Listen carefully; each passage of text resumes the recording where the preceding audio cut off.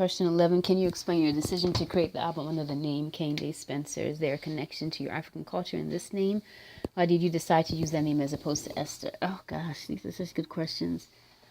Yeah, I went back and forth. The whole naming thing is so difficult, because it's not as if the name Esther is a name that I gave myself when I came to this country. I was actually born with that name as well.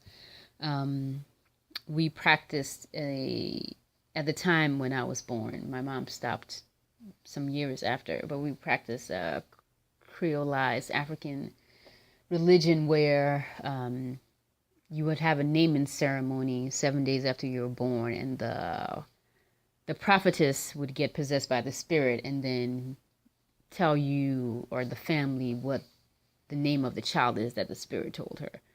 So Esther actually came through that, so that's the name that I was given as part of my naming ceremony. So even though it's Christian, which I'm not, and biblical, which is a text I don't ascribe to,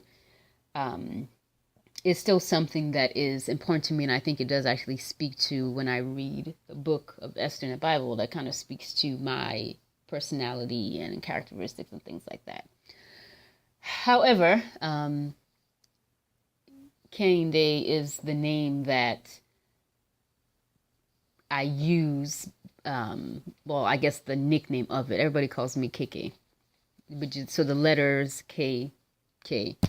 So everybody calls me that nickname who don't know me through any type of work or school setting. So all my friends call me Keke. Nobody calls me Esther except for people at work or at school.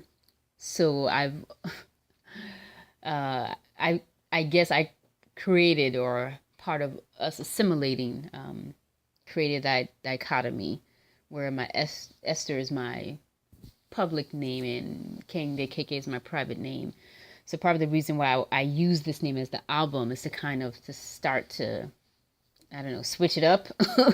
So now Kehinde being a part of my public name as opposed to just Esther. So that's part of the reason that I did that.